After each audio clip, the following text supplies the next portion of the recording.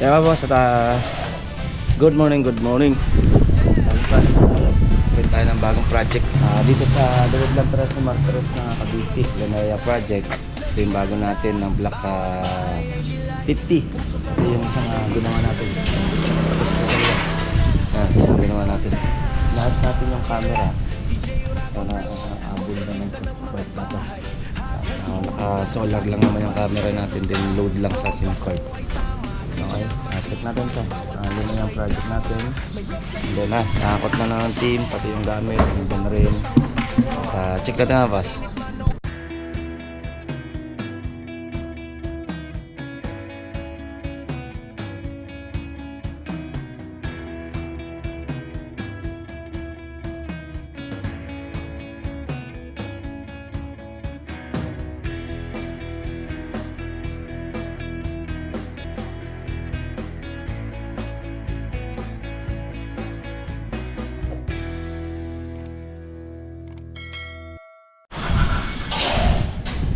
Yan bagong project natin dito sa Dalawad lang 13 Martires ng Cavite.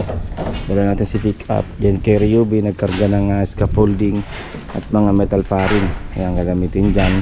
Then papadeliver naman tayo ng cement at buhangin. Tatambakan natin ng materialis dito. Ayan. Then ito yung ating mga gamit. Scaffolding, yung mga tubo. Ayan. Check natin itong unit. Nagpapag na sila. Kapag na ito yung grills, kakabit na lang naman yung grills na yan. And then dito may drum pala sila dito, si client yan. Pinalabas muna natin yung isang drum para makaboiler sa CR. And then check natin dito sa second floor. Yan, dito sa second floor yan, puro bakbak muna sila dito ng anong ganyan. Yan, babakbakin muna. Tapos may acrytex na rin naman dyan. Dala naman kami acrytex.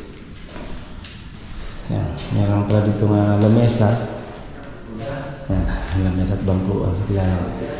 Okay, and then check pa natin itong electrical. Yung electrical niya kakabit pa pala natin. Dahil sala daw yung nilagay na ground doon sa kontador. Tatag pa natin. Yan, tala naman natin yung tester. Ito, ayun, dami leak puro leak yan sa firewall. Ayan, alas na, ayan, dito nyo, bakbak. Angat yung mga pinahid nila. Ito yung pinahid nila na dating may pintura na.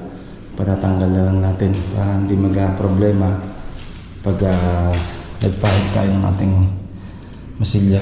Ayan. Yan, at nililipat natin yung isang linya, gawa ng submeter lang naman yan. Nagkamali yung nagtap ng submeter, naitap yung ground. Yung ground yung naikabit ng line 1. Then yung line 2 nakakabit, tinanggal natin yung line 1 dito sa dati. Yung ground yung kakabit natin. Dahil yung tinap nila doon sa submeter.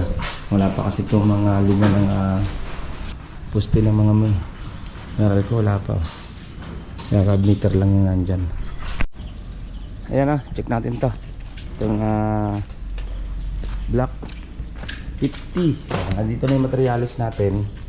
And then to, yung S1. Ayan, check natin. And then itong materialis, simento, basic dito na rin. Ayan, steam coat. Check natin. Ito pinupukusap lang naman itong second floor. Ayan, second floor natin. Okay, ayan, may takip na tayo ng insulation foam, safety na sa init. Framing, tulad ng dati, 30 cm or 1 feet ang isa, ang allowance natin, o 12 inches. Okay, ayan, nalaso na rin naman to. Dito na, ayan, nalaso na. Ayan, nalataran na rin ng masilya. Then tapos ito frame, pababa muna. By next week, dalay natin yung electrician para ma-supply na ng kuryente dito. Ayan sa next week natin dalay. Okay?